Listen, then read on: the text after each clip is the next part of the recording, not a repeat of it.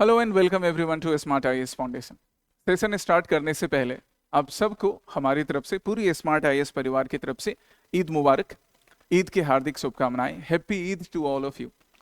मेरी हम सबकी यही कामना है कि ईद का ये जो त्यौहार है ये आप सबके ज़िंदगी में, आपके घर वालों, आपके अपनों के ज़िंदगी में खुशियों के रंग लाए, खुशियों की मिठास लाए। ईद की सेवइयों के साथ साथ आपकी ज़िंदगी में हैप्पीनेस, सक्सेस की मिठास भी आए, ये हमारी कामना है। अब हम अपने आज के सेशन के एजेंडा पर चलते हैं। तो आज मैं तुम्हारे साथ डिस्कस करूंगा यूपीएससी प्रीलिम्स के क्वेश्चंस। यूपीएससी प्रीलिम्स के क्वेश्चंस जो कि आपके अपकमिंग यूपीएससी प्रीलिम्स के लिए प्रोबेबल एमसीक्यूज भी होंगे। तो आज के एजेंडे का इस टाइटल को, इस थंबनेल को अगर तुम देखो तो मैंने क्या लिखा है, probable MCQs for UPSC prelims 2026 which is based on the UPSC PYQs. पिछले साल 2025 में या 2024 में या उससे पहले जो यूपीएससी के प्रीवियस ईयर एग्जामिनेशंस हो चुके हैं, चाहे वो यूपीएससी सिविल सर्विसेज एग्जामिनेशन हो या यूपीएससी उसके अलावा सीएपीएफ का एग्जामिनेशन कंडक्ट करवाता है, सीडीएस का एग्जामिनेशन कंडक्ट करवाता है, इंजीनियरिंग सर्विसेज का एग्जामिनेशन कंडक्ट करवाता है, और ये सारी ग्रेजुएट लेवल एग्जामिनेशंस हैं। इन सब में ऑलमोस्ट जो सिलेबस है जनरल स्टडीज का ना, वो सिविल सर्विसेज एग्जामिनेशन के जैसा होता है। सिविल सर्विसेज एग्जामिनेशन में नो डाउट ज्यादा डेप्थ है, लेकिन बाकी भी जो एग्जामिनेशन है, चाहे सीएपीएफ और सीडीएस के एग्जामिनेशन हो जाए, उनके प्रीलिम्स वाले स्टेज में जहां पे जनरल स्टडीज के क्वेश्चंस पूछे जाते हैं, वहां पर भी डेप्थ क्वेश्चंस आते हैं। और अपकमिंग अगर यूपीएससी प्रीलिम्स को तुम्हें टारगेट करना है ना, 2026 के प्रीलिम्स को अगर आपको टारगेट करना है, तो आपका प्लान क्या होना चाहिए कि यूपीएससी ने पहले जो क्वेश्चंस पूछे हैं सिविल सर्विसेज एग्जामिनेशन में, जो पूछे हैं वो तो बनाकर जाना ही है। इसके अलावा चाहे सीडीएस हो या सीएपीएफ हो या अभी इन्फोर्समेंट ऑफिसर का एग्जामिनेशन के क्वेश्चंस आए थे, उन सबको भी बनाओ, सो दैट आपके जनरल स्टडीज में history, polity, economics, environment, geography, general science क्या क्वेश्चन बैंक खुद ब खुद यूपीएससी के अकॉर्डिंग प्रिपेयर हो जाए। हाँ, यूपीएससी के अकॉर्डिंग प्रिपेयर हो जाए, that thing is very much required. ठीक है, इसलिए प्रीवियस ईयर क्वेश्चंस बहुत इंपॉर्टेंट होते हैं।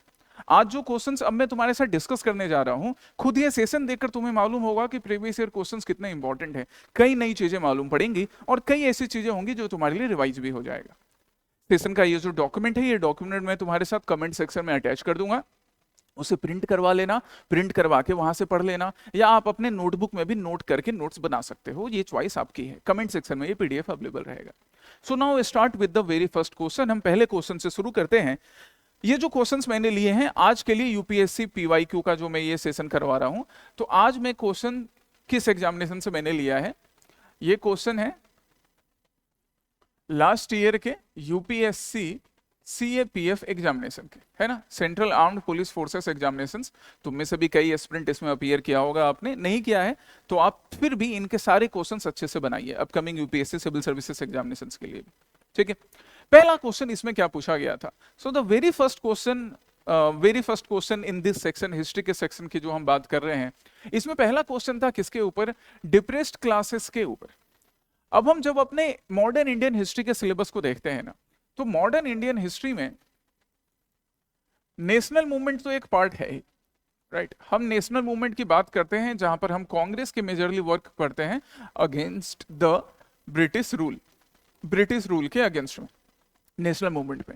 पर इसी मॉडर्न हिस्ट्री में एक पार्ट है जहां पे सोशल अपलिफ्टमेंट की भी बात आती है, सोशल रिवॉल्यूशन की भी बात आती है, स्पेशली किस क्लास से रिलेटेड, डिप्रेस्ड क्लासेस से रिलेटेड। और यहां पर काफी कुछ कंटेंट है, काफी कुछ नॉलेज है जो तुम्हें मालूम होना चाहिए अपने एग्जामिनेशन के लिए। उनमें से ही एक क्वेश्चन है all India depressed classes conference, all India depressed classes Congress. इसमें डिफरेंट लीडर का इन्वॉल्वमेंट। एक लीडर के बारे में नो डाउट हम सब जानते हैं, डॉक्टर बी.आर. अम्बेडकर के बारे में। बाबा साहब अम्बेडकर का कंट्रीब्यूशन हम में से किसी से छिपा नहीं है। उनका कंट्रीब्यूशन इंडिया के कॉन्स्टिट्यूशन मेकिंग में और उससे पहले प्री इंडिपेंडेंट टाइम में भी हमें पता है, हम क्लासेस में भी पढ़ते हैं। बट इसके अलावा बाकी और भी लीडर थे, जैसे एमसी राजा साहब। सो MC Raja he has also contributed a lot, और उनसे रिलेटेड भी क्वेश्चंस एग्जामिनेशन में आते हैं, जैसे इस क्वेश्चन में यूपीएससी ने पूछा था। That you all should know, ये आप सबको मालूम होना चाहिए। तो देखिए, चलिए पहला स्टेटमेंट पहले पढ़ते हैं। क्या लिखा है पहला statement, the first meeting of the all India depressed classes conference. ऐसे अंडरलाइन करना है ना, जब प्रीलिम्स में क्वेश्चन पेपर मिले अंडरलाइन करना है, यूज करना है पेन का क्वेश्चन पेपर पे, लिमिटेड करना है, पूरा गंदा नहीं कर देना, थोड़ा यूज करना है जिससे कि ना गलती नहीं हो, एक्यूरेसी आए। प्रीलिम्स का कट ऑफ, अगर हम जनरल कैटेगरी मेल के कैंडिडेट की बात करें तो 93 मार्क्स के अराउंड पिछले बार कट ऑफ आया था। इट मीन्स कि 50% मार्क अगर आपने 200 में से 50% सिक्योर कर लिए ना, आराम से आपका प्रीलिम्स हो गया, आप मेंस के ऑप्शनल की तैयारी में लग जाओ। And same goes with state PCS, चाहे वो एपीएससी हो या बाकी एग्जामिनेशन हो, उन सब के लिए भी, राइट। सो ध्यान से बनाना है प्रीलिम्स का paper. The first meeting of the All India Depressed Classes Conference was held at Pune in 1926 under the presidency of MC Raja. मतलब इस स्टेटमेंट में अगर आपको all India depressed classes conference के बारे में मालूम है, तभी आप इसका करेक्टनेस और रॉन्गनेस चेक कर सकते हो। तो ये स्टेटमेंट करेक्ट है या रॉन्ग है, ये हम बाद में देखेंगे, डिस्कस करेंगे। दूसरा स्टेटमेंट क्या कह रहा था, the all India depressed class association was formed at Nagpur in 1928 with Dr. Bhimrao Ambedkar as its first elected president. अब यहाँ पर एक और ऑर्गेनाइजेशन आ गया, all India depressed classes association. ऊपर जो ऑर्गेनाइजेशन था उसका नाम था all India depressed classes conference, इस वाले का नाम क्या है, all India depressed classes association. दोनों अलग अलग ग्रुप है, अलग अलग ऑर्गेनाइजेशन है। फिर थर्ड क्या है, all India depressed class Congress, एक और मिल गया।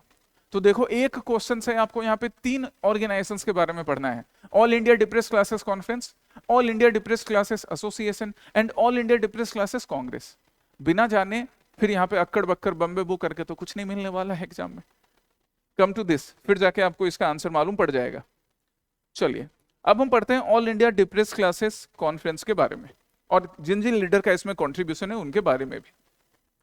All India depressed class conference की अगर हम बात करें गाइज, तो पहली all India depressed class conference की मीटिंग जो है ना, वो 1920 में नागपुर में मानी जाती है कि ऑल इंडिया डिप्रेस्ड क्लासेस की पहली मीटिंग, पहली फॉर्मल मीटिंग नागपुर में 1920 में हुई। हालांकि इसके पहले भी 1918 के टाइम में, 17 के टाइम में भी कुछ मीटिंग्स हुई थी, but all India depressed class conference के नाम से 1920 में ये नागपुर में मिलते हैं, है ना, apart from few early organisations. So all India depressed class conference की मीटिंग नागपुर में 1920 में हुई। किस लीडर के इन्वॉल्वमेंट से, किन लीडर्स के पार्टिसिपेशन से? तो यहाँ पे जो हम all India depressed classes conference की बात करते हैं, यहाँ पे साहू महाराज और एमसी राजा नाम के लीडर थे। ये बी आर अम्बेडकर साहब के आने के पहले की कहानी है। देखो यहाँ पर मैंने मेंशन करके रखा है कि डॉक्टर बी आर अम्बेडकर जो थे वो 1930s में ज्यादा ग्रो करते हैं। जब हमारा वो राउंड टेबल कॉन्फ्रेंस होता है ना, पहला राउंड टेबल कॉन्फ्रेंस, ब्रिटिश ने राउंड टेबल कॉन्फ्रेंस से पहले जब साइमन कमीशन आया था, तब भी डॉक्टर बी आर अम्बेडकर को अपॉइंट किया गया था to deal with Simon commission, है ना, स्पेशली इन बॉम्बे रीजन। और फिर उसके बाद उनको नॉमिनेट भी किया गया था डिप्रेस्ड क्लासेस को रिप्रेजेंट करने के लिए फर्स्ट राउंड टेबल कॉन्फ्रेंस में, जबकि उनके सीनियर लीडर भी थे, कौन, डॉक्टर एमसी राजा। और एमसी राजा का डॉक्टर बी आर अम्बेडकर के साथ इस वजह से नहीं बनता था, क्योंकि एमसी राजा सीनियर लीडर थे, डिप्रेस्ड क्लासेस को रिप्रेजेंट कर रहे थे, और जब उन्होंने देखा कि बी आर अम्बेडकर जो उनके कंपैरेटिवली जूनियर थे, और फिर अब वो ब्रिटिश की तरफ से नॉमिनेट हो रहे हैं, साइमन कमीशन से बात कर रहे हैं, राउंड टेबल कॉन्फ्रेंस में जा रहे हैं, तो कई डिफरेंसेस पब्लिकली भी दिखने लगे थे। ठीक है, खैर हम उन डिफरेंसेस को साइड करें, यहां आ जाते हैं। So all India depressed class conference, इसकी पहली मीटिंग 1920 में नागपुर में होती है, और इस मीटिंग को प्रिसाइड करने वाले थे साहू महाराज, और साथ में थे एक लीडर एमसी राजा। आगे जाकर इन्हीं एमसी राजा के लीडरशिप में 1925 में नागपुर में all India depressed class association बनता है, all India depressed class association. शुरू में इस all India depressed class association के पार्ट बी आर अम्बेडकर भी बनेंगे, हालांकि जब एमसी राजा के साथ उनके डिफरेंसेस होने लगे तो उन्होंने all India depressed class association को छोड़ दिया और all India depressed class congress का फॉर्मेशन कर दिया। ये देखो कैसे कैसे चल रहा है। सबसे पहले all India depressed class conference 1920 Nagpur, MC Raja और उनके साथ साहू महाराज थे। फिर उसके बाद नेक्स्ट आगे जाकर क्या हुआ, 1925 के अराउंड नागपुर में all India depressed class association किन्होंने बनवाया, तो एमसी राजा ने बनाया। बी आर अम्बेडकर भी इसके मेंबर बनेंगे all India depressed class association के, बट फिर डिफरेंसेस होने लगेंगे। जब डिफरेंसेस होने लगेंगे तो B R Ambedkar all India depressed class association छोड़ देंगे और फिर all India depressed class congress का फॉर्मेशन करेंगे कब, 1930 में। ठीक है, तो ये चीज याद रखना है आपको, है ना, ये ऑर्डर याद रखना है। एमसी राजा साहब की जहां तक हम बात करें तो एमसी राजा, इनके बारे में हम और भी पढ़ेंगे। He convened all India depressed class leaders special conference in 1938 Allahabad. ये भी जान लीजिए, हो सकता है अगले एग्जामिनेशन में आ जाए। All India depressed class conference की एक स्पेशल मीटिंग एमसी राजा ने 1930 में इलाहाबाद में बुलाई थी, अगस्त 1930 में इलाहाबाद में। एक्चुअली इसलिए बुलाई गई थी क्योंकि बी आर अम्बेडकर जो थे वो डिप्रेस्ड क्लासेस को रिप्रेजेंट करने के लिए फर्स्ट राउंड टेबल कॉन्फ्रेंस में जा रहे थे, एमसी राजा उसमें पार्टिसिपेट नहीं करते हैं। तो ये जो डिफरेंस थे ना इन दोनों लीडर्स के बीच में, ये पब्लिकली आ गया। और इस स्पेशल कॉन्फ्रेंस में एमसी राजा साहब ने ये डिक्लेयर कर दिया that this All India Depressed Class Conference or All India Depressed Class Association is actually representing the depressed classes, not the All India Depressed Class Congress which was formed by B.R. Ambedkar. तो ये differences दोनों के ना एकदम पूरी तरह से सामने आ जा रहे हैं, ठीक है, इस चीज को ध्यान रखिएगा, राइट। अब हम यहाँ पे अगर अपने आंसर पर आए ना, देखो क्वेश्चन पर आए तो हमें आंसर भी मिल जाएगा। पहला स्टेटमेंट क्या था, the first meeting of the all India depressed class conference was held at Poona in 1926। Wrong, हमने देखा कि पहली मीटिंग 1920 में ही हो गई थी और नागपुर में हुई थी, तो पहला स्टेटमेंट क्या हो गया, रॉन्ग हो गया। Second, the all India depressed class association was formed at Nagpur in 1928 with Bhimrao Ambedkar as president. नहीं भैया, all India depressed class association का फॉर्मेशन 1925 में नागपुर में हुआ, लेकिन किसने किया, एमसी राजा ने, तो सेकंड स्टेटमेंट भी रॉन्ग हो गया। थर्ड अब क्या बोल रहा है, the all India depressed class congress was founded by doctor BS Munje. अब इसके लिए हमको डॉक्टर बीएस मुंजे को भी पढ़ना है, हालांकि हम थर्ड स्टेटमेंट भी चेक कर चुके हैं। क्या, all India depressed class Congress actually किसने फाउंड किया था, किसने फाउंड किया था, B.R. अंबेडकर ने। तो तीनों स्टेटमेंट यहां पर रॉन्ग है। अब हम जरा और एमसी राजा और वहां पर बीएस मुंजे के भी बारे में पढ़ेंगे। ये राजा मुंजे पैक्ट बड़ा इंपॉर्टेंट है, ये भी मैं तुम्हारे साथ डिस्कस करूंगा। पहले जरा एमसी राजा के बारे में पढ़ लेते हैं। तो तमिल फैमिली में मद्रास में एमसी राजा का जन्म हुआ and then he became the first leader who was organise the schedule class struggle, schedule class issues at the national level. जो तभी डिप्रेस क्लासेस या जिनको बाद में जाकर शेड्यूल क्लास के नाम से बुलाया गया, उनके इश्यूज को नेशनल लेवल पर अगर किसी ने पहले रिप्रेजेंट किया, इवन डॉक्टर B.R. अंबेडकर के भी पहले, तो वो कौन से, एमसी राजा। ये सीनियोरिटी और वो जीनियोरिटी के डिफरेंसेस हमें बाद में दिखे, ठीक है। He was also one of the founder member of justice party, जिसका फॉर्मल नेम क्या है, पढ़ो क्या है, साउथ इंडियन लिबरल फेडरेशन। ये जस्टिस पार्टी मद्रास में इंडिया के सदर्न पार्ट में बड़ी पॉपुलर होगी। इससे आगे जाकर पेरियार जैसे लीडर भी जुड़ेंगे, है ना, कई लीडर जस्टिस पार्टी से जुड़ेंगे। तो ये जस्टिस पार्टी का जब एस्टेब्लिशमेंट हो रहा था 1916 के अराउंड मद्रास में, जिसको हम साउथ इंडियन लिबरल फेडरेशन बोलते हैं फॉर्मली, उस जस्टिस पार्टी के फाउंडर में भी एमसी राजा थे और इसी के टिकट से इलेक्ट हुए थे मद्रास लेजिस्लेटिव काउंसिल में, जब 1920 में इंडिया में इलेक्शंस होते हैं। कनेक्ट कीजिए एक पॉइंट को, 1920 में इलेक्शंस हो रहे हैं गवर्नमेंट ऑफ इंडिया एक्ट 1919 आने के बाद, और उसमें एमसी राजा इलेक्ट हो रहे हैं किस पार्टी से, जस्टिस पार्टी के टिकट से। और ये जस्टिस पार्टी या साउथ इंडियन लिबरल फेडरेशन जो बना था, उसके फाउंडर मेंबर में भी एक है। वैसे बाकी फाउंडर की बात करें जस्टिस पार्टी की, तो C Mudaliar, T M. Nair and T. Chetty, इनको जस्टिस पार्टी का फाउंडर माना जाता है। पेरियार आगे जाकर ज्वाइन करेंगे, पहले फाउंडर के लिए मुडल्लियार, टी.एम. नायर एंड चेट्टी है, ठीक है। चलिए एक और चीज ध्यान दीजिए यहां पर, एमसी राजा जो है ना, MC Raja initially, MC Raja he stood for separate electorate. Initially MC Raja ने बोला कि डिप्रेस्ड क्लासेस को सेपरेट इलेक्टोरेट चाहिए, और दूसरी तरफ B.R. अंबेडकर शुरू में पहले ज्वाइंट इलेक्टोरेट की बात कर रहे थे। ये बहुत ब्रीफ पीरियड है, बट इस चीज को ध्यान देना है।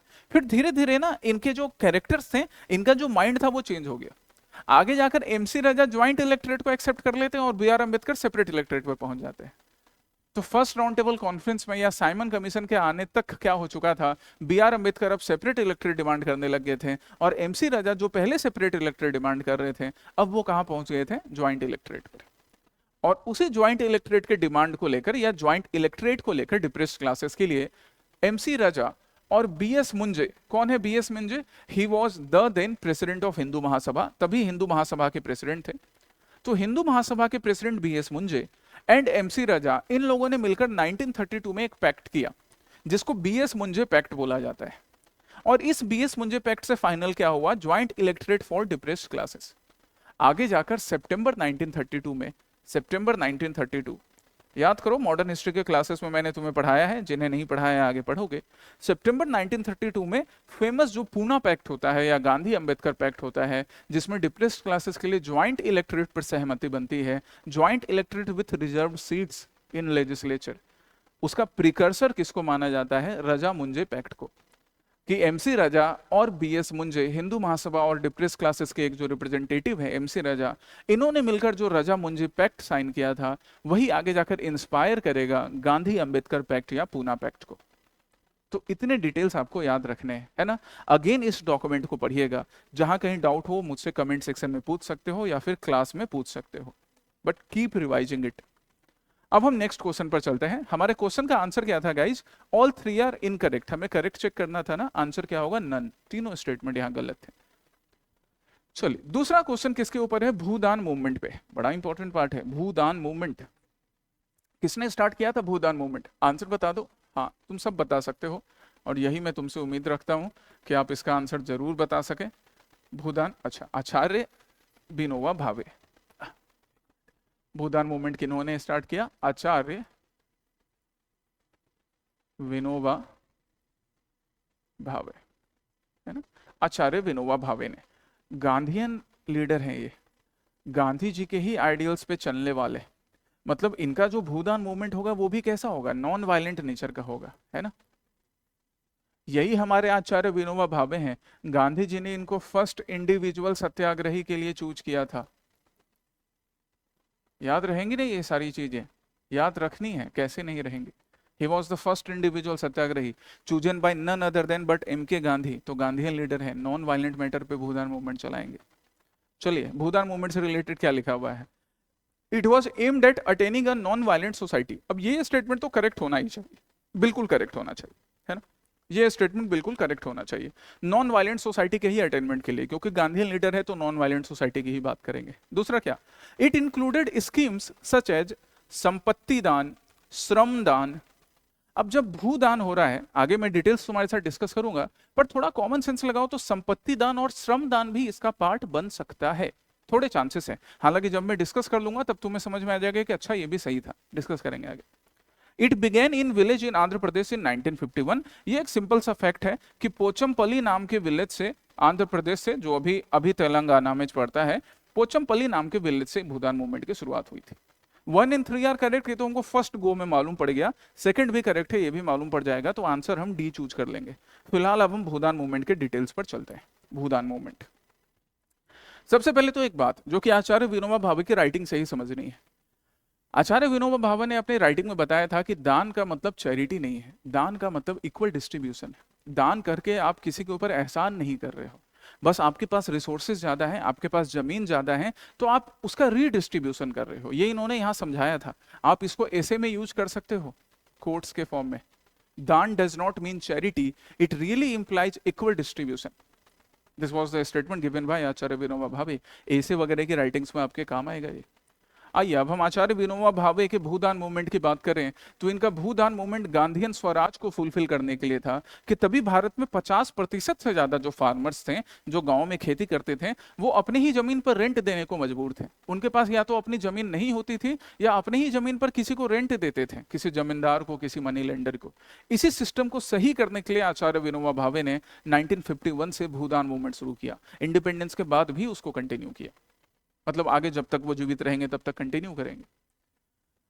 गांधी जी के स्वराज को फुलफिल करने के लिए कि गांव में हर किसी को रोजगार मिल सकेगा, हर किसी के पास अपनी जमीन होगी और उस जमीन पर वो बिना रेंट दिए, बिना डरे खेती कर सकेगा, यही भूदान मूवमेंट गांधी जी के स्वराज को फुलफिल कर रहा था। तो पूरी तरह से नॉन वायलेंट तरीके से शुरुआत होती है 1951 पोचमपल्ली विलेज। कहां से? तेलंगाना से, नालगोंडा डिस्ट्रिक्ट तेलंगाना, या आंध्र रीजन भी आप इसको कंसीडर कर सकते हैं, जहां से इसकी शुरुआत हुई थी। पोचमपल्ली विलेज नाम याद रखना, 1951। एक्चुअली हुआ क्या था कि कुछ राजाओं ने, बड़े जमींदार राजाओं ने विनोबा भावे को अप्रोच किया था कि हम कुछ जमीन दान में देना चाहते हैं, और यहां से इस आइडिया की शुरुआत हुई कि जब कुछ राजा, कुछ जमींदार दे सकते हैं, तो आचार्य विनोबा भावे ने बोला कि मैं अपनी पूरी जिंदगी लगा दूंगा इस दान के लिए, लोगों को मोटिवेट करूंगा, इंस्पायर करूंगा कि आप रीडिस्ट्रीब्यूट करो, भूदान करो अपने लैंड का। इन्होंने उसके लिए कुछ चीजें डिसाइड की थी, 3 main area of activity decide किया था। पढ़ो इसके बारे में। क्या? एस्टेब्लिशमेंट ऑफ ग्राम दान विलेज, कि जब जमीन दान किया जाएगा ना, तो अगर कहीं पर लार्ज एरिया में जमीन दान किया जा रहा है, तो ये छोटे छोटे लैंड मिलकर, छोटे छोटे लैंड मिलकर एक विलेज का फॉर्मेशन कर देंगे। हम इनको ग्राम दान बोलेंगे। तो ग्राम दान विलेजेस का एस्टेब्लिशमेंट करना। Development of khadi and village industries. अब गांधी जी के शिष्य हैं, गांधी जी को फॉलो करते हैं आचार्य विनोबा भावे, तो खादी एंड कॉटेज इंडस्ट्री भी इन गांवों में प्रमोट करेंगे जब जमीन अपनी हो गई है। समझ रहे हो? फिर उसके बाद क्या, ऑल्सो शांति सेना का फॉर्मेशन। शांति सेना मतलब नॉन वायलेंस को मेंटेन रखने के लिए एक ग्रुप बनाना जो किसी भी केस में भूदान मूवमेंट में वायलेंस नहीं होने दे, और अगर वायलेंस हुआ भी तो उसको जल्द से जल्द कंट्रोल कर ले। अगर मान लो अनइंटेंशनली कहीं वायलेंस हो गया तो उसको जल्द से जल्द कंट्रोल करे। इसके लिए क्या बनी, शांति सेना। पहले तो वायलेंस होने ही नहीं देना है, और अगर हो भी गया तो उसको जल्द से जल्द कंट्रोल करना है, तो शांति सेना भी इन्होंने बनाया था। Apart from this Bhoodan movement, अब जो जमींदार लोग हैं वो तो भू का दान कर रहे हैं, वो ग्राम दान कर रहे हैं, पर मान लो जैसे तुम सिविल सर्विसेज एस्पिरेंट हो, तुम भूदान कैसे करोगे, तुम्हारे पास जमीन नहीं है। तो आचार्य विनोबा भावे ने बोला कि बच्चा तुम्हारे लिए भी है, तुम्हारे लिए क्या है, श्रम दान है, कि अगर आप जमीन नहीं दान कर सकते, थोड़ा सा लेबर तो दान कर सकते हैं, श्रम दान है। मतलब तुम सिविल सर्विसेज एस्पिरेंट हो, कभी मौका मिले ना किसी को अगर खुद से कुछ फ्री में पढ़ा सको, सिखा सको, तो वो पढ़ा सिखा देना, अपना श्रम दान कर देना, ये भी एक टाइप का भूदान का ही पार्ट होगा। संपत्ति दान है, अगर आपके पास कुछ संपत्ति है, मतलब सिविल सर्विसेज एस्पिरेंट पे सिर्फ अप्लाई नहीं होता है, बाकियों पे भी, तभी जो थे लोग, आपके पास जो भी संपत्ति है, अगर आप उसमें से थोड़ा सा हिस्सा दे सकते हैं तो भी आप भूदान मूवमेंट के पार्ट बनेंगे। बुद्धि दान करना, अब आपके पास संपत्ति नहीं है, आप लेबर भी नहीं दे सकते हैं, आप कम से कम अपनी बुद्धि, अपना इंटेलेक्चुअल कैपेसिटी तो कंट्रीब्यूट कर सकते हैं, अच्छा लिटरेचर लिखकर, लोगों को पढ़ाकर, समझाकर। एंड जीवन दान देना, जीवन दान मतलब अपनी जिंदगी नहीं दे देना, जीवन दान कहने का मतलब अपनी जिंदगी को डेडिकेट कर देना for the service of Bhoodan movement. तो श्रम दान, संपत्ति दान, बुद्धि दान एंड जीवन दान, ये सब किसके पार्ट हो गए, भूदान मूवमेंट के। अब हमारा जो क्वेश्चन था, उस क्वेश्चन में आपको समझ में आ गया होगा कि सेकंड स्टेटमेंट भी बिल्कुल करेक्ट है। It included schemes such as Sampatti Daan and श्रम दान, और हमने इसके आगे भी पढ़ लिया कि संपत्ति दान, श्रम दान, बुद्धि दान, जीवन दान सब भूदान का पार्ट था। बुझे? चलिए, ऐसा ही पढ़ाई करनी है। नेक्स्ट क्वेश्चन, यहां पर क्वेश्चन क्या है कि which Hindustani classical raga is sung as an invitation to rain, बारिश बुलाने के लिए कौन से हिंदुस्तानी राग को गाया जाता है। ये क्वेश्चन मैं वैसे तुम्हारे लिए छोड़ रहा हूं, तो इसका आंसर तुम्हें ढूंढना है और मुझे कमेंट सेक्शन में बताना है यूट्यूब में कि सर इसका आंसर ये रहा, है ना। ये क्वेश्चन नंबर 3 हो गया, है ना, 3 नंबर PYQ यूपीएससी का है। तो आप मुझे इसका आंसर भी बताओगे कि ABCD में से कौन सा है, और फिर आपका ये भी होमवर्क है कि आप पढ़ोगे राग यमन क्या है, राग बहार क्या है, राग मल्हार क्या है, राग भैरवी क्या है। तो आंसर भी इस क्वेश्चन का और उसके अलावा बाकी जो 3 ऑप्शन रहेंगे उसका भी तुम्हें डिटेल पढ़ना है और मुझे बताना है। चलिए, तो आपको आंसर भी बताना है और बाकी की जो 3 ऑप्शन है उनके बारे में भी पढ़ना है, ये आपका होमवर्क हो जाएगा इसके लिए।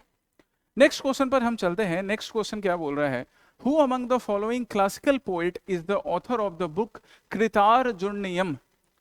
कृतार्जुनीयम बड़ी अच्छी क्लासिकल बुक है संस्कृत में, राइट। तो इनमें से कौन से कृतार्जुनीयम के पोएट हैं, लेखक हैं, किन्होंने लिखा है इसको। थिरुवल्लुवर, भैरवी, वाल्मीकि एंड पाणिनि। आंसर तो वैसे इसका है भैरवी। भैरवी नाम की एक पोएट है जिन्होंने कृतार्जुनीयम नाम की ये बुक लिखी, संस्कृत पोएट्री की बड़ी फेमस बुक है। तो हम सबसे पहले तो कृतार्जुनीयम के जो पोएट हैं, जो ऑथर हैं, उसका आंसर हमें मिल गया भैरवी। अब हम इस बुक के बारे में पढ़ेंगे और साथ ही साथ हम थिरुवल्लुवर, वाल्मीकि एंड पाणिनि के बारे में भी पढ़ेंगे। यही PYQ एनालिसिस का तरीका है कि हम पूरा डिटेल में इनके बारे में इंफॉर्मेशन निकालें। कृतार्जुनीयम की बात करें तो आप यहाँ पे देख सकते हो, ये कृतार्जुनीयम का एक इमेज है जिसको आगे जाकर बनाया था किसने, पेंटिंग को राजा रवि वर्मा ने। पढ़िए इनके बारे में, राजा रवि वर्मा के बारे में भी, ये भी UPSC में पूछे गए हैं, स्टेट PCS में पूछे गए हैं। तो इस पेंटिंग को भी अगर देखोगे ना, कृतार्जुनीयम की कहानी समझ में आ जाएगी। यहाँ पर जो है ये है भगवान शिव, लॉर्ड शिव, और लॉर्ड शिव के सामने है अर्जुन। तो अर्जुन कहाँ पर था, महाभारत में। तो कृतार्जुनीयम वही कहानी है। कृतार्जुनीयम जिसको लिखा है पोएट भैरवी ने संस्कृत में, ये एक्चुअली में वन पर्व की कहानी है। वन पर्व मतलब जब हमारे जो पांडव थे, जब उनको वन जाना पड़ा था, तो उस दौरान अर्जुन ने लॉर्ड शिव से लड़ाई की थी। एक्चुअली लड़ाई मतलब तभी जो लॉर्ड शिव थे वो डिस्गाइज फॉर्म में थे, कीरत के फॉर्म में। क्या बोला जाता है इनको, कीरत, एक माउंटेन हंटर के फॉर्म में। और उन्होंने अर्जुन को ललकारा, भगवान शिव जो कि कीरत के फॉर्म में थे, उन्होंने अर्जुन को ललकारा कि ए अर्जुन, तू मुझे हरा कर दिखाओ। अपने आप को सबसे बढ़िया धनुर्धर बुलाते हो। और कहते हैं कि अर्जुन के आर्चरी स्किल से, उसके धनुष के स्किल से, धनुष बाण चलाने के स्किल से भगवान शिव प्रसन्न होते हैं और फिर उसे वरदान देते हैं। यही कहानी को कृतार्जुनीयम या कृतार्जुनीय के नाम से भैरवी ने संस्कृत पोयम में लिखा है। बड़ा अच्छा, one of the best work in Sanskrit माना जाता है इसको। ठीक है, चलिए।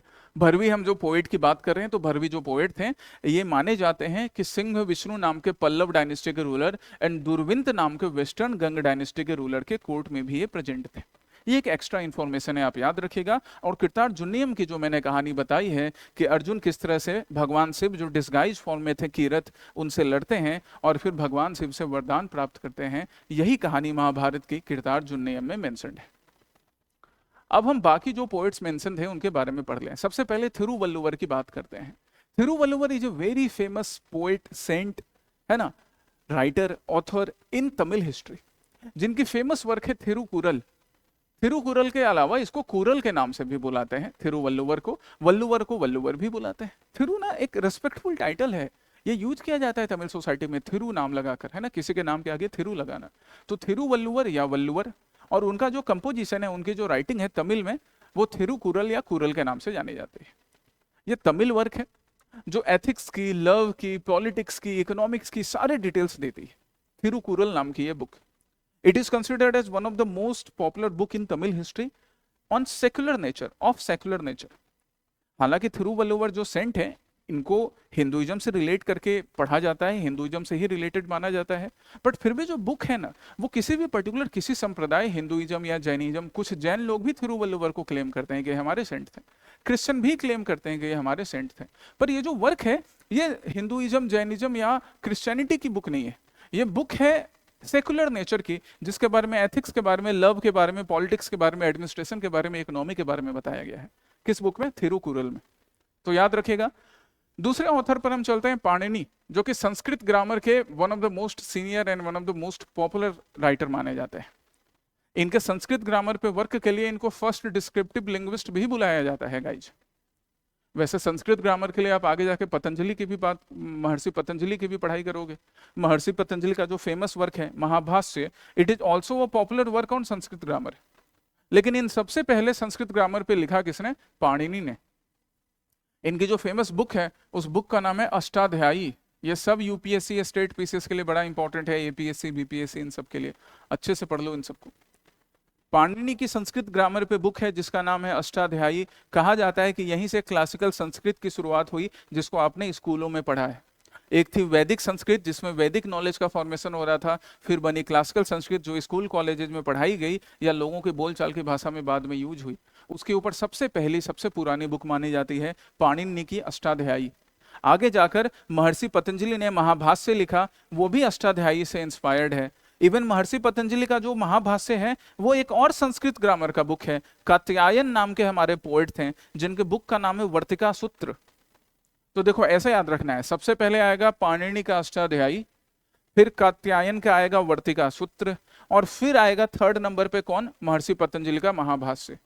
तो महर्षि पतंजलि का महाभाष्य वर्तिका सूत्र से और अष्टाध्यायी से इंस्पायर्ड है। कात्यायन का जो वर्तिका सूत्र है, वो पाणिनि के अष्टाध्यायी से इंस्पायर्ड है। सबसे सीनियर बुक हो गई पाणिनि की अष्टाध्यायी। All clear? चलिए। और जहां तक महर्षि वाल्मीकि की बात है, तो महर्षि वाल्मीकि तो आदि कवि के नाम से जाने जाते हैं, जिन्होंने रामायण की रचना की थी। उनको लॉर्ड ब्रह्मा का अवतार भी माना जाता है, ये भी याद रखिएगा। लॉर्ड ब्रह्मा भी अवतार लिया उन्होंने, बस उनके अवतार अलग अलग हैं। जैसे महर्षि वाल्मीकि को भी लॉर्ड ब्रह्मा के अवतार के रूप में याद किया जाता है। Come to the next. Next हमारा क्या है? Next question. नेक्स्ट हम पीवाईक्यू पर चलते हैं। नेक्स्ट क्वेश्चन बड़ा इंपॉर्टेंट है। Which one of the following ancient town is known for the evidence of a plowed field? Okay, यहाँ पे इंडस वैली सिविलाइजेशन की बात हो रही है। इंडस वैली सिविलाइजेशन या हड़प्पन सिविलाइजेशन। चलिए इसको आज समझ लोगे आप लोग। जहां पर हमें प्लाउड फील्ड के एग्जाम्पल मिल रहे हैं, मतलब खेतों में हल चलाया गया हो, with two sets of the furrows at right angles to each other, suggesting two different crops grown together। कि मतलब ऐसे करके, ऐसे करके ना यहाँ पर हल चलाए गए थे। तो यहाँ पे एक क्रॉप 1 और यहाँ पे क्रॉप 2। जैसे अगर आपको थोड़ा एग्रीकल्चर का नॉलेज हो या आप कभी खेतों में गए हो विंटर के टाइम में, तो आपको खेतों में क्या दिखेगी कि मस्टर्ड की फसल लगी रहती है, और मस्टर्ड के साथ साथ ना ग्राम भी उगा देते हैं, चना भी उगा देते हैं। यस, ऐसा ही एक एग्जाम्पल हमें मिला इंडस वैली सिविलाइजेशन के टाइम में, जहां पे इसे ऐसे राइट एंगल्स पे ऐसे फॉरोज बनाए गए थे, प्लॉइंग की गई थी। तो आंसर क्या है? आंसर तो आपको मिल जाएगा कि ये जो हमें एग्जाम्पल मिल रहे हैं, ये एग्जाम्पल हमें मिल रहे हैं कहाँ से? नन अदर देन बट कहाँ? इंडस वैली सिविलाइजेशन के एक पॉपुलर साइट कालीबंगन से। कालीबंगन के अलावा वैसे बाकी जगहों पर भी खेती होती थी, बट कालीबंगन, यहाँ डी, ऑप्शन डी, राजस्थान, यहाँ पर हमें इस टाइप के हल चलाने के एग्जाम्पल मिले हैं। इसके अलावा देखो और तुम्हारा एक टास्क क्या है, ये आंसर तो तुम्हें मिल गया कालीबंगन की। कालीबंगन में हमें इस तरह से राइट एंगल्स पे ऐसे प्लॉट फील्ड मिला है ना, राइट, जहाँ पे 2 क्रॉप्स उगाए जा रहे थे। धौलावीरा से क्या मिला, ये सर्च करो, है ना, होमवर्क है, कमेंट सेक्शन में भी बता सकते हो, सर्च करके पढ़ो। अगर पहले पढ़ा है तो ठीक है, नहीं पढ़ा है तो खुद से करो, थोड़ा सेल्फ स्टडी करो, आगे क्लास में पढ़ोगे ही। राखीगढ़ी से क्या मिला, और कुनाल, कुनाल तुम में से कई लोगों का नाम होगा, ये इंडस वैली सिविलाइजेशन का एक साइट भी है। कहाँ का? हरियाणा का, बड़ा पुराना है। ये प्री हड़प्पन फेज का जाना जाता है कुनाल, कि जब मैच्योर हड़प्पन फेज स्टार्ट भी नहीं हुए थे, उससे पहले कुनाल, जो कि हरियाणा में पड़ता है, यहाँ पे इंडस वैली सिविलाइजेशन का धीरे धीरे डेवलपमेंट शुरू हो चुका था। आगे मैंने मेंशन भी कर रखा है पीडीएफ में, तो तुम यहाँ से भी पढ़ सकते हो ये आंसर, ये सारी डिटेल्स तुम्हारे पास यहाँ हैं। बट बाकी दोनों साइट्स के लिए तुम्हें खुद से ढूंढना है। कुणाल और कालीबंगन के बारे में तो मैंने बता दिया, बाकी धौलावीरा और राखीगढ़ी थी, इसके बारे में आप ढूंढिए। नेक्स्ट क्वेश्चन पर चलिए, आज हम एमसीक्यू करेंगे। ईद की छुट्टी तुम मना रहे हो, क्लासेस बंद है, तो चलो पढ़ाई यहाँ से तो कंटिन्यू रखो।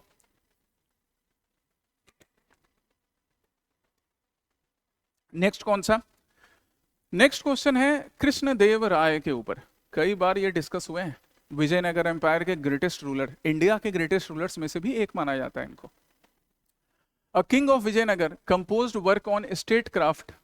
स्टेट क्राफ्ट के ऊपर कई बुक है, जैसे स्टेट क्राफ्ट के ऊपर चाणक्य की लिखी हुई बुक अर्थशास्त्र भी है ना, अर्थशास्त्र, जो पूरे के पूरे मौर्यन डायनेस्टी के रूलर्स के लिए, चंद्रगुप्त मौर्य से लेकर आगे अशोक तक, सबके लिए स्टेट क्राफ्ट का एक मेन इंस्पिरेशन बना।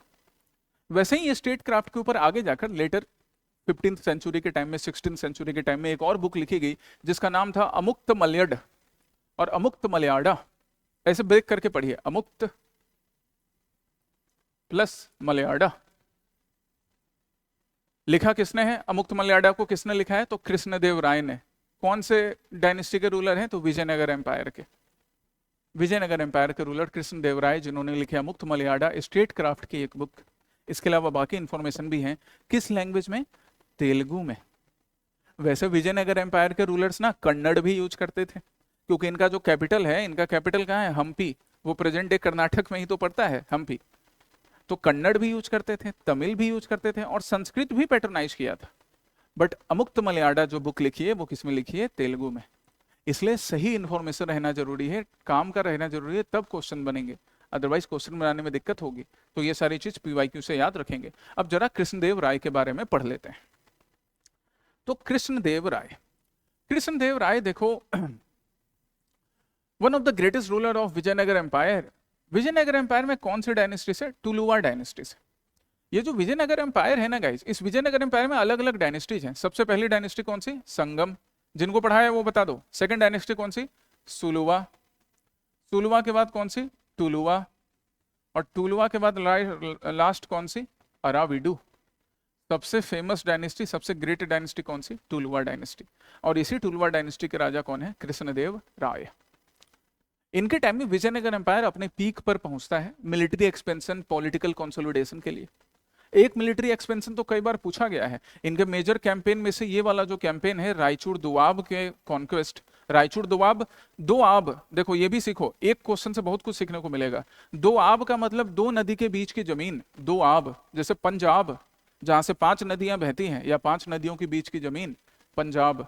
दोआब मतलब 2 नदियों के बीच की जमीन, या जहां से 2 नदियां बह रही हों। तो ये दोआब, रायचूर दोआब कौन सी 2 रिवर के बीच में है, या 2 रिवर बहती हैं? कृष्णा और कृष्णा की tributary Tungabhadra.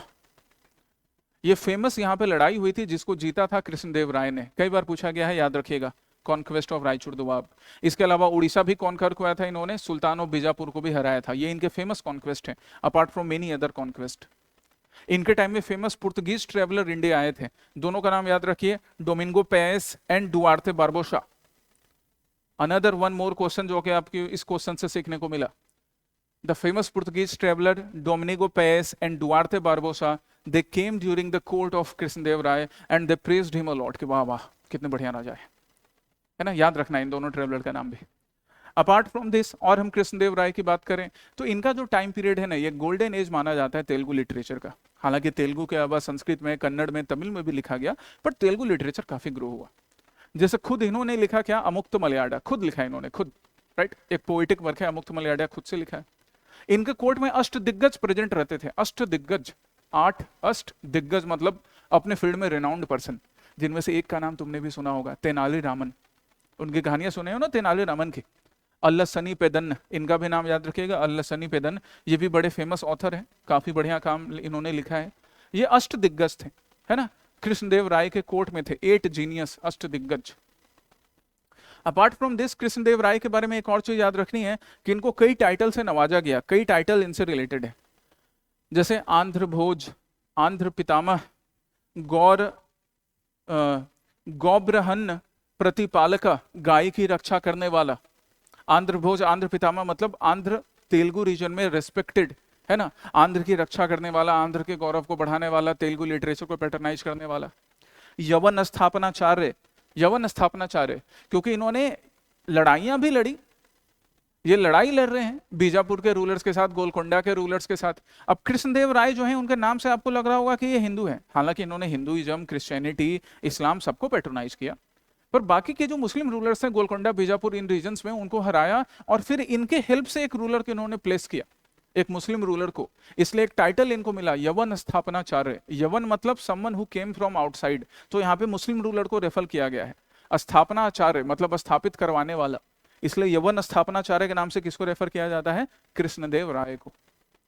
So this much important information you need to remember about Krishnadeva Raya. एक क्वेश्चन से आपको इतने सारे क्वेश्चन का आंसर मिला।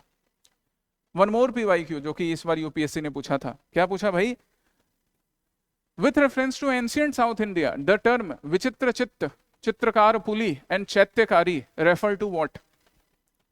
तो विचित्र चित्र, चित्रकार पुली एंड चैत्यकारी, ये किस चीज को रेफर करता है? क्या ये मार्केट को रेफर करता है, क्या ये टेम्पल्स को रेफर करता है, क्या ये टाइटल्स को रेफर करता है, या सेंटर्स ऑफ कलर मेकिंग को रेफर करता है? तो एक्चुअली में ना ये टाइटल्स हैं जो एक राजा को दिए गए थे, स्पेशली चित्रकार पुली, विचित्र चित्त जैसे टाइटल। और इसको मैंने बड़े डिटेल से समझा रखा है पहले से, एनसीईआरटी के जो आर्ट एंड कल्चर है ना, जिसका सीरीज मैं तुम्हारे साथ करवा रहा हूँ, तो क्लास 11 में मैंने इसको बड़े डिटेल से समझा रखा है, क्लास 11 के लेक्चर 5 में। तो स्मार्ट आईएएस फाउंडेशन के यूट्यूब चैनल पर है, गो टू दैट वीडियो। और ये जो पूरा है विचित्र चित्र, चित्रकार पुली, किनसे रिलेटेड है, और बाकी भी एनसीईआरटी क्लास 11 का चैप्टर 5, उसको एक बार देख लीजिए। इसका आंसर भी मिल जाएगा कि किसको चित्रकार पुली बुलाया जाता है, और बाकी भी जो डिटेल्स चाहिए एनसीईआरटी रिलेटेड वो भी मिल जाएंगे। काम हो जाएगा आपका एग्जामिनेशन का, मुझे। Come to next question. और ये सब काम करना, होमवर्क दे रहा हूं तो तुमसे उम्मीद है कि तुम करोगे, पढ़ोगे, मुझे बताओगे कि हाँ सर किया हमने। ये क्वेश्चन बड़ा interesting question, previous year question है। Which one of the following Harappan site has yielded evidence of a wash basin. वाह, बहुत बढ़िया। स्वच्छ भारत अभियान की शुरुआत यहीं से हुई थी, स्वच्छ भारत अभियान। अब अभी हमारा अक्षय कुमार भी टॉयलेट मूवी बनाकर वहां पे बोल रहा है कि देखो टॉयलेट बनाओ, स्वच्छ भारत अभियान को प्रमोट करो। बट अक्षय कुमार से पहले इंडस वैली सिविलाइजेशन में भी स्वच्छ भारत अभियान चल रहा था, वहां पर भी स्वच्छ भारत अभियान चल रहा है। कई ऐसे घर थे मोहनजोदाड़ो में और बाकी प्लेसेस पर जहां पर बाथरूम बने होते थे, और कुछ ऐसे प्लेसेस हैं जहां पर बाथरूम के साथ साथ वॉश बेसिन भी बना होता था। एंड वही क्वेश्चन यहाँ पे पूछा गया है कि सिर्फ बाथरूम के बारे में नहीं पूछ रहा है, क्या पूछ रहा है कि वॉश बेसिन किस में बना था टॉयलेट के साथ साथ। वॉश बेसिन किस में बना था टॉयलेट के साथ साथ? आंसर है बनावली, हरियाणा। ओहो, एक मिनट, हाँ, आंसर क्या है? बनावली, हरियाणा, जहां पर टॉयलेट भी है और वॉश बेसिन भी है। वैसे उसके अलावा जैसे आपको हम बनावली की बात करें तो यहाँ पे वॉश बेसिन है, टॉयलेट के साथ साथ राखीगढ़ी में हमको टॉयलेट मिला, मोहनजोदारो में हमको टॉयलेट मिला, लेकिन वॉश बेसिन स्पेसिफिकली नहीं मिला। टॉयलेट्स देखो कुछ इस तरह से बनते थे नॉर्मल, ये वो विदेशी मोड वाला है कमोड। अब लोग बोलते हैं ना कि यार वो फॉरेनर मोड है, वेस्टर्न मोड का कमोड है। कौन बोला वेस्टर्न मोड है? देखो यहाँ हमारे यहाँ इंडस वैली सिविलाइजेशन में भी ऐसा था, बैठकर इसी तरह तो पोटी करते हैं। और ये इंडियन स्टाइल वाला ऐसा मिला था इंडस वैली सिविलाइजेशन के साइड से। वॉश बेसिन का पिक्चर नहीं मिल पाया है, बट ये वॉश टॉयलेट्स के पिक्चर्स हैं ऐसे इंडस वैली सिविलाइजेशन के टाइम के बने हुए, ठीक है। वेस्टर्न भी, इंडियन भी। वेस्टर्न क्या, ये भी हमारा ही हुआ इंडस वैली सिविलाइजेशन का। वॉश बेसिन की बात कर लें तो वॉश बेसिन हमको बनावली में मिला, जिसका आर्कियोलॉजिकल एविडेंस आर.एस. बिष्ट साहब ने ढूंढकर निकाला था कि बाथरूम के साथ साथ, टॉयलेट के साथ साथ एक पॉटरी जार भी थी जहां पे लोग हाथ वाथ धोते होंगे। एंड दिस शोज कि द इंडस वैली सिविलाइजेशन, हम उनको ना उनके मार्केट सिस्टम के लिए याद रखते हैं, सिर्फ मार्केट सिस्टम नहीं, पर्सनल हाइजीन पर भी ध्यान दिया, बढ़िया टॉयलेट बनाए, दो तरीके के, है ना, टॉयलेट के साथ साथ वॉश बेसिन भी बनाया। तो बनावली में जो वॉश बेसिन मिला है ये इसका अपने आप में प्रमाण है, बुझे, इसलिए प्रीवियस ईयर क्वेश्चन जरूरी है जानने के लिए, अदरवाइज ये किसी बुक में आपको नहीं मिलेंगे, ये न्यूज़पेपर में आ जाता है, एक्सकेवेशन से रिलेटेड जानना होता है। One more question, Saracenic architecture पर, which of the following are the main features of Saracenic architecture. अच्छा एक काम करना, तुम मुझे कमेंट सेक्शन में बताना कि अपने सराउंडिंग में, जैसे हम suppose we talk about Assam, we talk about Arunachal, we talk about Bihar, we talk about Odisha, we talk about Meghalaya, तो आपको अपने सराउंडिंग्स में, वी टॉक अबाउट नागालैंड, अपने सराउंडिंग्स में आपको सैरासेनिक आर्किटेक्चर के कौन कौन एग्जाम्पल मिलते हैं, ये आप ढूंढिएगा कि अच्छा मेरे स्टेट में यहाँ पर ये सैरासेनिक आर्किटेक्चर है, वो है सैरासेनिक आर्किटेक्चर, ये है सैरासेनिक आर्किटेक्चर, तो कौन कौन से आपको सैरासेनिक आर्किटेक्चर के एग्जाम्पल्स मिलते हैं। वैसे सैरासेनिक आर्किटेक्चर देखने में ऐसा होगा, इसके फीचर्स भी मैं अभी डिस्कस करूंगा। And you know what is this place, ये है दिल्ली का फेमस क्या, हुमायूं का मकबरा, हुमायूंस टॉम्ब। ताजमहल से इंस्पायर्ड नहीं है, ताजमहल इससे इंस्पायर्ड है क्योंकि ये ताजमहल से पहले बना था ना, ठीक है। चलिए ओके, सैरासेनिक आर्किटेक्चर, तो थोड़ा तो आइडिया लग गया होगा सैरासेनिक आर्किटेक्चर के बारे में। इनमें से कौन से सैरासेनिक आर्किटेक्चर के फीचर हैं, arches, vault and dome, lintel and beam and application of lime cement, अभी मालूम पड़ जाएगा, देख लेंगे, ठीक है, कुछ चीज तो मालूम पड़ गया होगा। यहाँ पे देखो आर्चेज बने हुए हैं, आर्क्स बने हुए हैं, है ना, आर्क बने हुए हैं, डोम बना हुआ है, तो तुम्हें मिल तो गया कि आर्क एंड वॉल्ट एंड डोम तो बिल्कुल है। बाकी इसके आउटर सरफेस पे और इनर सरफेस पे लाइम की पेस्टिंग की जाती थी, लाइम सीमेंट का, तो 4 इज ऑल्सो करेक्ट। जहां तक लिंटेल एंड बीम की बात है ना, तो लिंटेल एंड बीम जो है ना गाइज, ये ज्यादा लिंटेल एंड बीम को ना ग्रीक रोमन स्टाइल से रिलेट करके बताया जाता है कि जो सैरासेनिक स्टाइल है, ये सैरासेनिक स्टाइल एक्चुअली में मिडाइवल पीरियड में इस्लामिक रूलर्स और इस्लामिक रूल के थ्रू ग्रो करती है। उसमें आर्क बनाए जाते थे बड़े बड़े, है ना, डोम्स बनाए जाते थे, उसका भी एक पर्पस होता था, डोम्स बनाए गए, जितना बड़ा राजा वो उतना बड़ा डोम बनवाया, व्हाइट मार्बल का बनाया ताजमहल में, रेड सैंडस्टोन का बनाया हुमायूं के मकबरे में, क्योंकि जब नमाज नीचे पढ़ी जाएगी ना, तो अभी लाउड स्पीकर से, अभी माइक्रोफोन से, पहले क्या थे, तो जब आप डोम बनाओगे ऐसे बड़ा सा, है ना, वॉल्ट बनाओगे, तो वो नमाज की आवाज गूंजेगी, तो किसी माइक्रोफोन स्पीकर की जरूरत नहीं होगी। ये था ह्यूमन का इंटेलिजेंस, ये था सिविल इंजीनियरिंग, ठीक है। तो ये सारे, ये जो मेन 3 फीचर्स हो गए, क्या, आर्क बनाना, आर्चेस बनाना, वॉल्ट एंड डोम्स बनाना, एंड लाइम सीमेंट का यूज करना, ये हमें सैरासेनिक आर्किटेक्चर में, या जिसको हम बोल सकते हैं कि जो मुस्लिम रूल, इस्लामिक रूल जो चल रहा था, सैरासेनिक वर्ड के बारे में भी समझ लो, ये भी यहां समझ लो। सैरासीन जो वर्ड है ना, it is originally related to nomadic tribes between Syria and Arabia. Syria और अरेबिया में जो नोमाडिक ट्राइब्स थे उनको सैरासीन कह के रेफर किया गया। बाद में कहा गया कि यही मुस्लिम्स ग्रुप जो थे, जो पहले सीरिया एंड अरेबिया में मिलते थे, इनको ही सैरासीन कह के रेफर किया गया है। दैट्स वाई सैरासेनिक स्टाइल को कई बार हिस्टोरियंस या आर्किटेक्चरिस्ट किस नाम से रेफर करते हैं, इस्लामिक आर्किटेक्चर के नाम से, है ना, सैरासेनिक स्टाइल के नाम से। इंडिया में आने के बाद सैरासेनिक स्टाइल में भी ग्रोथ, डेवलपमेंट होगा, नए नए चेंजेस होंगे। जैसे पहले सीरिया और अरब, फिर उसके बाद पर्सिया, वहां पर भी सैरासेनिक स्टाइल ग्रो करेगा। फिर जब इंडिया में आएगा तो यहाँ पर जो इस्लामिक रूल चला, तो गुजरात का डिजाइन, राजस्थान का डिजाइन, मेवाड़ का डिजाइन, है ना, राजस्थान में मेवाड़ का डिजाइन, सेंट्रल इंडिया का डिजाइन, बिहार का डिजाइन, यूपी का डिजाइन, आसाम आएंगे, बंगाल आएंगे, यहाँ के डिजाइन, ये सब धीरे धीरे मिक्स हो जाएंगे। तो सैरासेनिक डिजाइन एक्चुअली में सिर्फ इस्लामिक वर्ल्ड का नहीं रहेगा, वो फिर इंडिया का हो जाएगा इंडिया में आकर। यही सैरासेनिक डिजाइन की खासियत थी, ठीक है। तो आपको आंसर मिल चुका है इस क्वेश्चन का भी। क्या आंसर मिला, arch, vault and dome and application of lime cement. मतलब 1, 2 एंड 4, 1, 2 एंड 4 है क्या, हाँ सी। 1, 2, 3 एंड 4 था भी नहीं। और लिंटेल एंड बीम जो है ना, उसको हिस्टोरियंस, उसको हमारे जो आर्किटेक्चरल इंजीनियर्स हैं वो मानते हैं कि ये ग्रीक और रोमन स्टाइल का ज्यादा है, सैरासेनिक स्टाइल का नहीं। मुझे भाई से चलिए, this were the last PYQ for today. फिर हम इसको आगे कंटिन्यू करेंगे दूसरे सब्जेक्ट के साथ भी और हिस्ट्री के साथ भी, बाकी PYQs को डिस्कस करेंगे। इन द मीन टाइम ये आर्ट एंड कल्चर के वीडियो यूट्यूब पर अवेलेबल हैं फ्रीली सबके लिए। आप इनको देखिए, बार बार देखिए, रिवाइज कीजिए, जहाँ कहीं डाउट हो हमसे पूछिए। ये क्लास 11 के थे, क्लास 12 के भी वीडियोज हैं, 3 नहीं 4 वीडियोज हैं, चौथा भी मैंने पब्लिश कर दिया है यूट्यूब पर। So go through these videos, go through the videos of PYQs, go through the videos of NCERT, so then you can make your preparation best and then you can easily clear the examination. Okay, all the best, take care, जय हिंद।